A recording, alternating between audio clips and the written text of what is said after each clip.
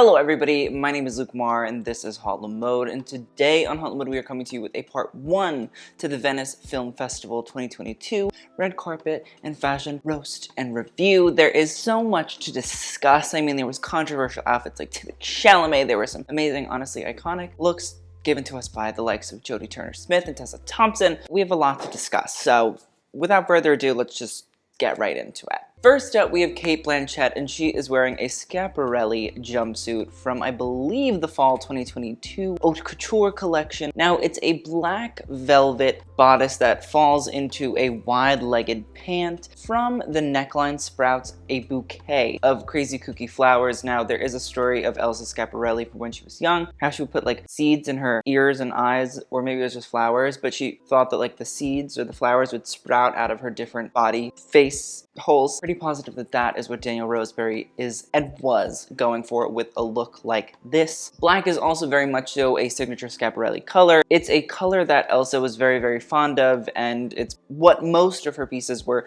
usually made in, and then accentuated with different embroideries like golds and florals and all different things. I like it. I think Cate Blanchett always sort of goes for a little bit more of a fashion moment, and I appreciate it always, especially at Venice. Do I maybe wish that the pants fell a little bit crisper? Yeah, absolutely. But besides that, I think it's pretty flawless, very enjoyable. Love to see Cate doing it once again. Next up, we have Chloë Sevigny, and she is wearing Gucci. Now, I believe this is a take on a Resort 2023 look. It's essentially a draped dress that sort of creates a crisscross applesauce effect on the bodice and then creates a sort of faux shoulder swag situation, because it's not really a sleeve, it's just more of like a swag. Then there's a little cutout that we can see at two sides of the waist and around the belly button area, and then a high sort of slit that showcases the leg. It's not the biggest, boldest, brightest, loudest Gucci look that you've ever seen in your entire life, but it does feel very Alessandro Michele trying to keep red carpet dressing somewhat interesting. Do I wish it maybe had a little bit more of the Gucci pizzazz, you know, the Italian version of jazz hands? Sure. But besides that, I think it's okay. I like the shoe. I think it's kind of sexy. I think it's kind of fun. It's definitely done more interesting looks, and I hope to see more of those as time goes on. It's fine. It's okay. It doesn't hurt my feelings. And then we had Chloë Sevigny, and she was wearing Mugler. Now, this is the kind of black look that we are looking to see. This is a Mugler fall 2022. But it has an asymmetrical sort of Apatow style neckline, which I think is very interesting and very cool. And then on top of that, it is crinkled and wrinkled both at the waist but also in the skirt, so it has an asymmetrical skirt that sort of looks like it was run over by a reindeer kind of vibe. It looks like it's had a certain kind of night, and she's currently doing the walk of shame, but in Venice. Not that Chloë Sevigny is doing that, but rather the dress itself. Now, one side of the skirt sort of humps itself up and falls down, and the other side is much lower and then sort of is layered. It's a very intriguing, crinkly, wrinkly dress. I think it's definitely trying to keep in line with the Mugler-ism of like film noir, sort of 1950s fitted styles, because we can see that it's very fitted and then it flares out in a sort of exaggerated 50s skirt style. I don't hate it at all, by any means. I think it's an intriguing dress. I appreciate that Chloe sort of pulled it out. It's weird, it's strange, something that you don't see that often. Listen, I wasn't over the moon about it, but my eyes also weren't burning while watching, so I'll take it. Next up, we have Chris Pine, and he's wearing Juliva Heritage. Now, this is a full, very red, white, and blue ensemble. It's a blue double-breasted blazer with a very large lapel, and I like that lapel. It's curved, it's sexy, it's cute. It's like a subtle little tailoring detail that you don't really see all that often, but love the lapel. She's hot, especially in like a double-breasted, you know what I mean? Like usually the double breast is really like the emphasized element of the blazer, but that lapel is sexy. There's a little sort of creamy top underneath, button down, super easy, super simple. And then a red pant, has a nice sort of front crease, two little pleats, cute. And then a brown braided belt and a little brown loafy loaf. Is it a little bit, you know, 4th of July done on like Cape Cod? Sure. Do I love it in like a campy, I love America, weird, aristocratic manner? Like, okay. But I think here at Venice, it's cute, it's intriguing. I appreciate that he went and did colors. I think it's very difficult to do red, white, and blue and to like not, at least as an American, scream like, hell yes I am.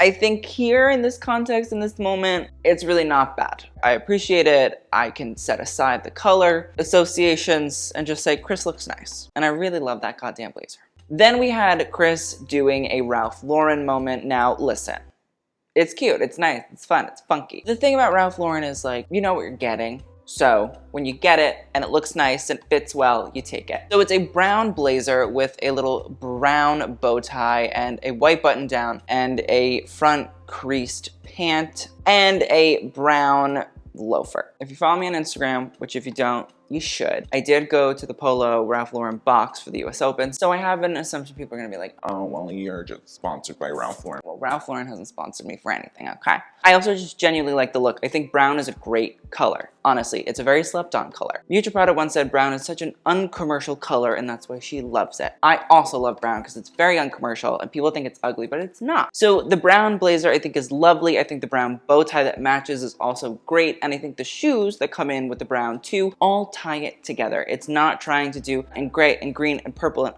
it's just, we're gonna do brown. There are little accent details of brown to coincide with the blazer. And then the rest of the look, the real sort of prime of the shirt and the pant is white and cream. Nothing crazy, nothing kooky, nothing over the top. You have the white sort of little pocket square situation going on in the white that also helps, also sort of vibes. And Chris, he looks nice. Listen, don't worry, darling, he looks great. Some people should be worrying, but it's not Chris Pine because he looks wonderful. And if anybody were to spit on him, it would not have stopped the beauty of the look because he's killing it. Simple, hot, sexy in a temperature sense as well because you know it's hot and steamy, so you gotta wear a little bit something appropriate so the white makes sense there. The brown is a great sort of accent color to really focus on. We added the elements. It looks good. I'm not mad about it whatsoever. Don't worry, darling, it's Miss Flo. Florence Pugh is here and she is wearing a Valentino haute couture look. It is a custom look, I believe. It's an off-the-shoulder, sheer, gorgeous style in black that is covered in a star embroidery. We can see that there is a transparent boning underneath and an opaque sort of little bra cup. These big poofy sleeves, I really like. I think they're lovely. I think they're fun. I think they add to the sort of Valentino volume that we do all appreciate. And then there is just sort of like a bodysuit style, and at the waist, the dress sort of then has a slit and then it all opens out and falls, you know, from underneath and exposes sort of a big long train that's floor length. And then she's just wearing a little haute couture fall 2022 feather shoe. It's nice. Listen, do I wish the look was probably a little bit crazier and kookier and over the top Valentino? Yeah, I do. Genuinely, 100% without a doubt. Do I think that she looks nice? Do I think it definitely has like an intriguing sort of proportion? Do I think that it fits in with the sort of Valentino silhouette that we've come to know and love under Pier Paolo Piccioli? Sure, absolutely, 100%. I really genuinely think that those sleeves are gorgeous. I think the way that it sort of fans out is lovely. I do think that the sheer with the embroidery is maybe a little bit played out for Venice and a little bit played out just right now. Besides that, I'm really not upset. I think the silhouette is great, and that's kind of the thing that I keep focusing on. I move in and out, you know?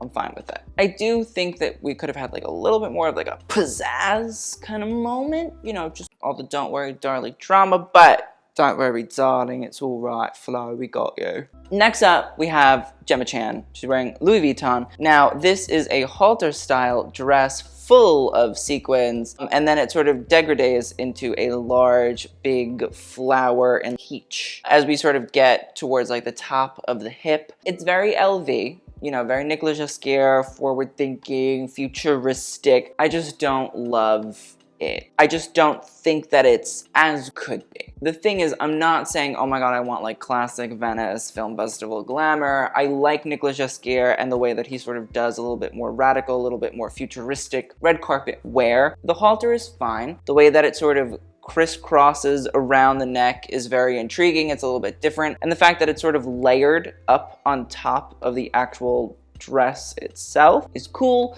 The way that also we can't see that it sort of wraps itself all the way around the neck, but rather it sort of stops and then sort of frames the shoulders is very intriguing as well. The silver element, as we sort of come down to the waist and we can see little juttings out of whatever is going on the sides. There are little sort of appliques that jut out themselves. It's okay, and I think also just the silver sequins sort of will start to lose us at a certain point. You know, you can only see so many silver sequins and say, oh, like, listen, I'm sure that they're all hand applied and they're beautiful and they're stunning and I appreciate that, but, you know, it's a silver sequin. And the flowers in and of themselves, I think they're pretty. I do think that they're very muted. I think they're very sort of bleak, even though they're a peach, with a little yellowy beigey sort of center, stamen, whatever the anatomy of a flower is. I think they're intriguing and maybe they have something to do with Gemma, but I don't think that they are so wowza enough to sort of draw us out of the boringness of the silver sequin. I just think the silver sequin here is too overpowering. That's my real true blue issue, is it just feels too much. There are really great elements, I would say, again, that sort of cutting off of the halter is very intriguing. I want to see more of that. And I think the flowers in and of themselves are beautiful, but just that base layer of silver is so chrome that it's hard to really take yourself out of looking at anything but that. And you know, sometimes your eyes see it and you're just like, oh, overwhelmed, I'm good, let me move on. And that's kind of the vibe. Next up, we have Harry Styles. He is wearing a little Gucci look. It is a pinstripe experience, big sort of lapel, but it's not too big. Remember how we were talking about Chris Pine in that first look and the lapels go all the way down? Well, here we can see that the sort of double-breasted suit, the lapels kind of come to like midway point and then they stop. That's kind of traditional. The double-breasted pinstripe in that cream is nice. Also love the fact that the Gucci label is still sort of on the sleeve, and it coincides with the little thread from Scooby-Doo scarf tying. I think it's a cool way to sort of take on a tie without actually taking on a tie. The little tank top underneath is great. It's probably some like high-end luxury Gucci tank top, which my Hanes tank top will never look like. And then Harry doing a sort of classic creased flare pant with a brown shoe. I'm not opposed to it. Listen, in the grand scheme of things, Harry does kind of kooky crazy usually, so I'm fine with this. I think it looks nice. It's definitely not your traditional suit that is boring and buttoned up and uninteresting. No, rather it's a sort of mix and match of all different colors, all different textures, all different motifs. I think it works. Maybe the shoes I would have changed from brown to something else, maybe a little creamy. Besides that, I think that there is a nice moment going on here. But then for the actual Don't Worry Darling red carpet, we saw that Harry went full suit, and I love it. I love it so much. So Harry again is wearing Gucci. I believe that this is a custom look, and if it's not, well, riddle me. That blazer in that navy blue is crisp. Like the way that the shoulders just sort of slightly tip up, stunning. I think it's a really, really great nod to the way that Gucci in reality makes a beautiful, beautiful, beautiful suit. The sleeves are seductive and sexual. The way that that double-breasted blazer really like nips in Harry's waist and then just subtly flows out. It's not like it's a tight fitted, no, rather it definitely understands the lines of the body and it definitely accentuates them, but it's not skin tight. And I think it's lovely. Like, it's so lovely, I just spit. Wow, I'm salivating over this look. It's a really crisp, it's a really clean, it's a really, really beautiful jacket. I love it. Like, shout out to Alessandro, shout out to Harry Lambert, who's Harry's stylist. The pants, front crease, same color, not really trying to take attention away from the jacket and what's going on up top. And it's also not even in that sort of now very signature Harry Styles flare. Everything usually with Harry is a flare to a degree. So the fact that this is not, I'm not opposed. I like it. I think they understood proportions and what really needed to be focused on. The white shoes, nice, fine, enjoyable, A-okay with it. Kind of wish that they had been instituted in the last look, but like, but as for the shirt, whew, okay, she's hot, she's pointy, she is standing at attention. Harry Styles, is that your collar or are you just happy to see me? He is wearing a very long and pointy dicky collar and I love it. I think it's crazy. I think it's over the top. I think it's very sort of 70s feeling in my humble opinion. I think it's a great, again, another way of taking the sort of traditional suit and instead of just doing a tie, we're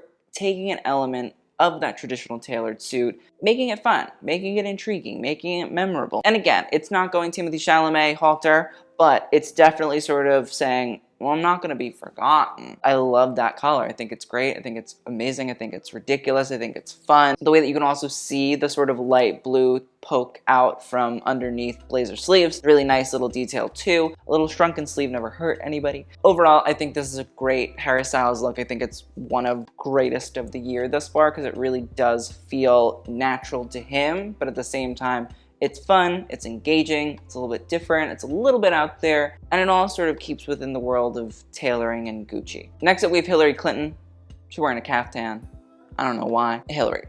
I don't know what's going on there, but I don't get it. I'm not like, oh my God, the emails girl, but I'm also like why are you there, girl? It's just like a blue caftan in light blue with like a darker blue, button closure situation that's like trim. It's ugly. That's what it is. It's ugly. Listen, I just like don't need Hillary Clinton in a caftan today. Bring back a pantsuit. Crisp linen.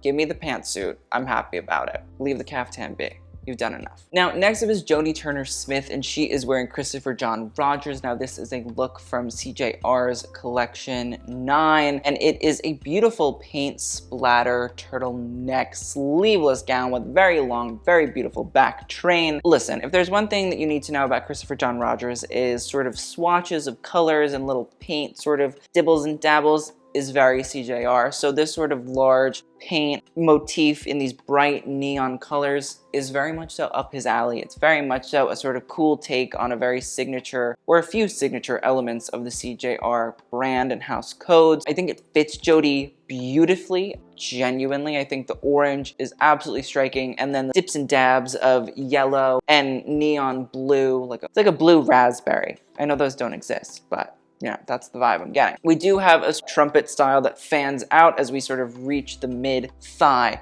area, and again, you can just see all of these different elements of this paint splashed color mixing and matching with dark blue and light pink and yellow and orange. Like, that train is just really, it's gorgeous. It's a really beautiful, simple, easy train that in reality just creates a real little bit of drama. The crystallized neckline is nice, and sort of she matches it with a little crystal bag with a blue sort of light bag, plays in with the other elements of the blue that goes throughout the dress. Overall, Jodie killed it. She looks amazing. She looks stunning. It's a great CJR moment. It's a great Jodie Turner-Smith moment.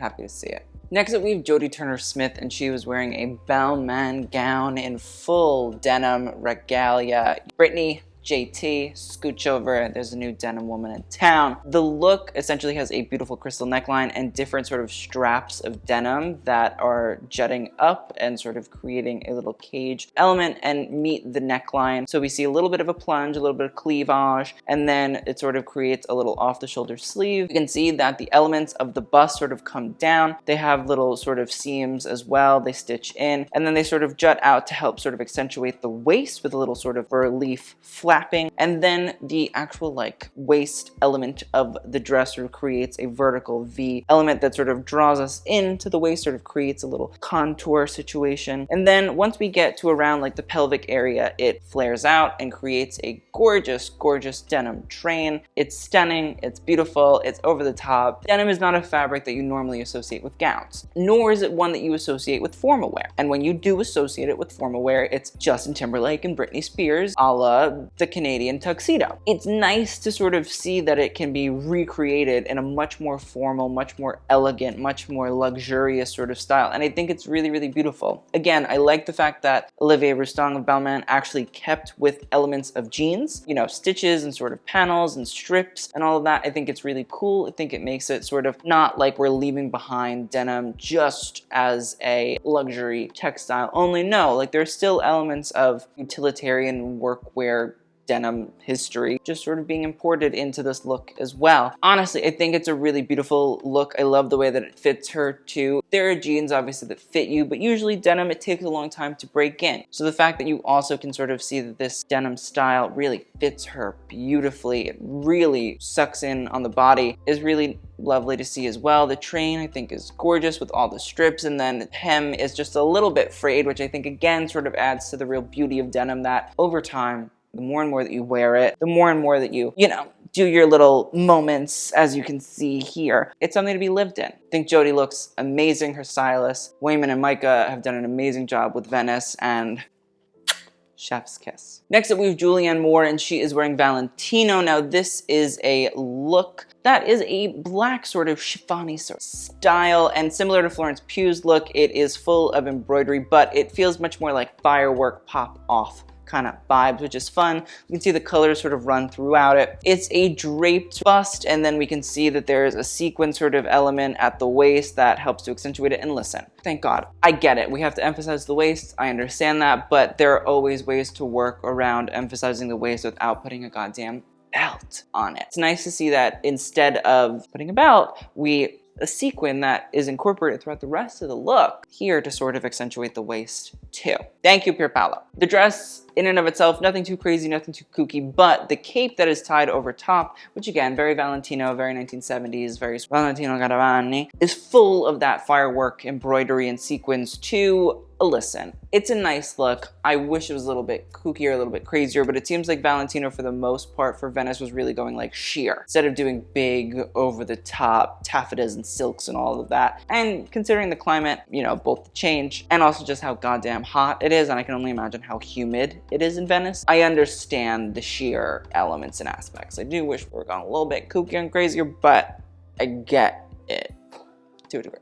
Next up, we have Maude Apatow, and she is wearing Armani Privé. Listen, the one thing that Armani's gonna do is it's gonna know how to goddamn fit a dress. This little strapless, beautiful trumpet style. It's very simple, but that's very Armani. But, oh my God, does that thing fit her stunningly? Absolutely. I love that bodice. I think it's ethereal. It really, like, that thing fits, just the way that it curves in. It's just, it falls so easily. The hip area, we can see there's a little bit of puckerage going on, but like considering the way that the waist fits, I'm really like willing to allow that to exist, and I'm not gonna harp on it. Then just the way that those sort of little creased panels sort of flow out right around the bottom of the thigh is lovely. It's beautiful. It creates just that nice little element and nice little texture at the bottom that keeps me breathing. Again, it's very simple, it's very simplistic, but that's what Armani does best, and I think that they've done an amazing job here. Maude looks fantastic. Next up, we have Olivia Wilde. Don't worry, darling, let's talk about this Gucci look. It is a bright yellow, sharp-shouldered, but sleeveless style, which I think is cool. It fits in with Alessandra Chloë, sort of going for like a very 1940s an aesthetic, which he's been doing for quite some time. And then there is a sort of gathering of this yellow fabric, and it goes to the waist, and it sort of gathers along the sort of elements up here and towards the sort of hip area swags and drapes,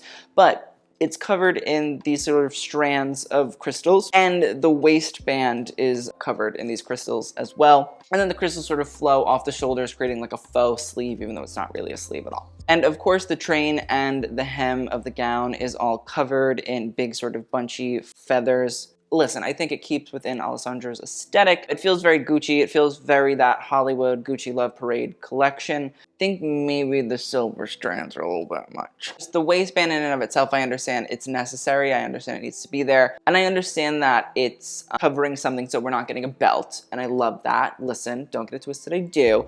But I will say it feels a little bit more constructed than I would say the swags of crystals that sort of flow out and up and off. And I think that's what throws me off just there. That's my one sort of nitpicky detail that I'm not obsessed with. As for the rest of the look, I think it's okay. I think it's fine. Like, I'm not, you know, hating it. Maybe I wish the yellow was a little bit darker, a little bit less like bright, because I think it does wash out just a tad. Yellow is a very difficult color to sort of pull off, but I think the draping detail is nice. I think some of the swags of crystal is nice.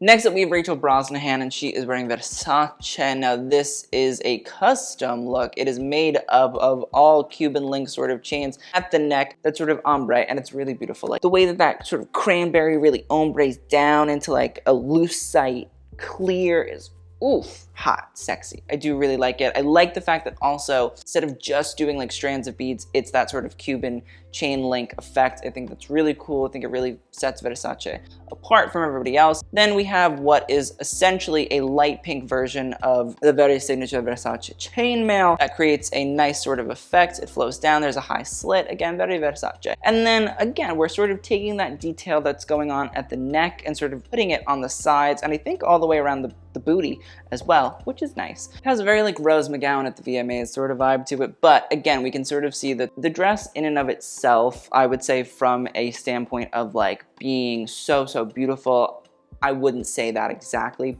Do I think that the elements of the dress are A, very Versace-esque, and also B, very cool in and of themselves? Yeah, absolutely. Like, I genuinely think that the different elements and pieces really do, on their own, shine. Do we think altogether they're amazing and wonderful?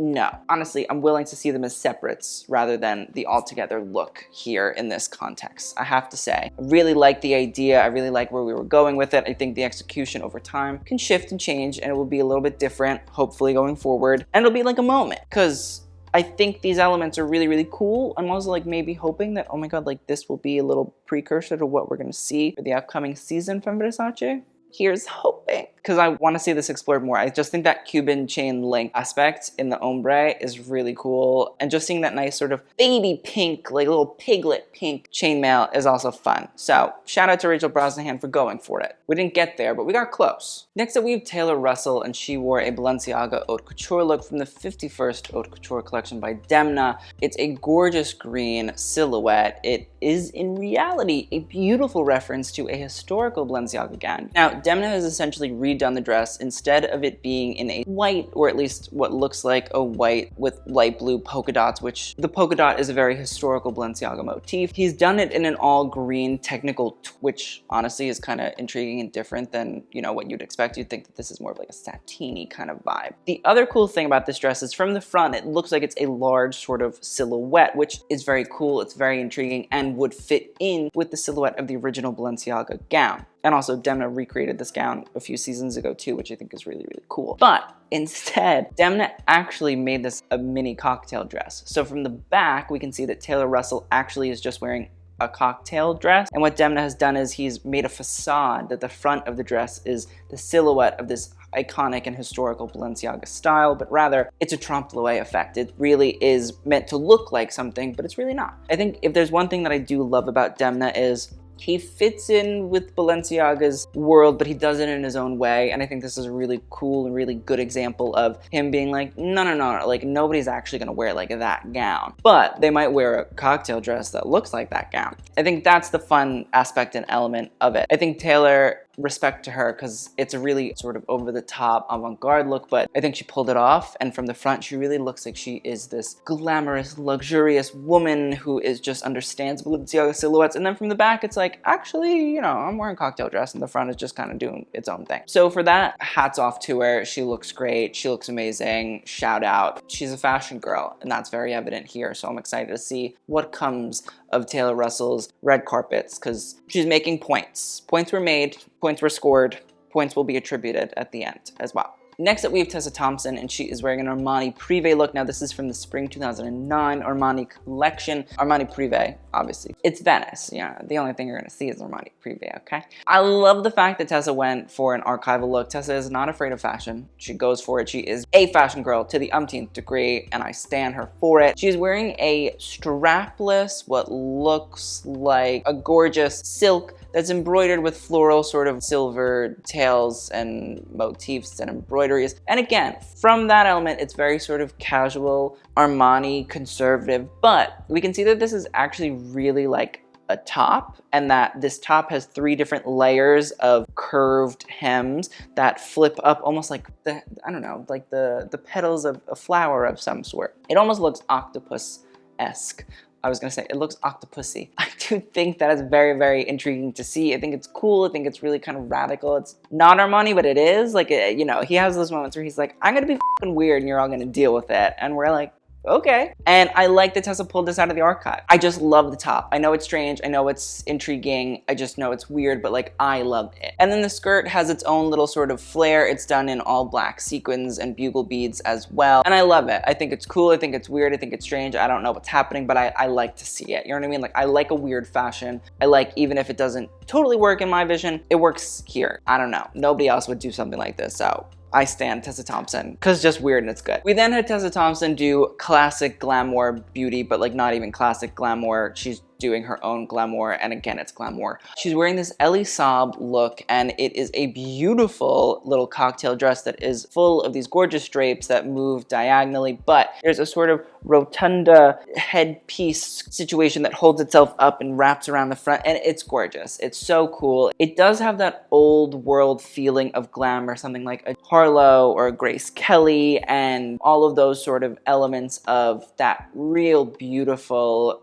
Hollywood actress star pizzazz, but it's done a little bit more radically. It has that sort of gorgeous sort of architectural structure that wraps around, and then it has a nice sort of train. The handbag is great. The little tights in red that match with the shoes. The monochromatic element is really, really nice because it allows you to really focus on the silhouette of that sort of wrap. Train is gorgeous. Like she knows what she's doing at all times, and I'm obsessed with her. I can't like help it. I just think that she understands fashion on such like a different level and pulls it off and sells the goddamn garment every single time. I'm obsessed. Like I can't help it. And last but certainly not least, Mr. Timothée Chalamet causing a stir, as per always. Timothée always sort of causes a stir at Venice, but backless halter top by Hayter Ackerman, who is the designer and his friend, certainly took the cake this year. He is wearing a literal silk halter style that has a sort of pussy bow blouse effect tied around. As you can see, Timothée went fully backless, and the halter style is usually like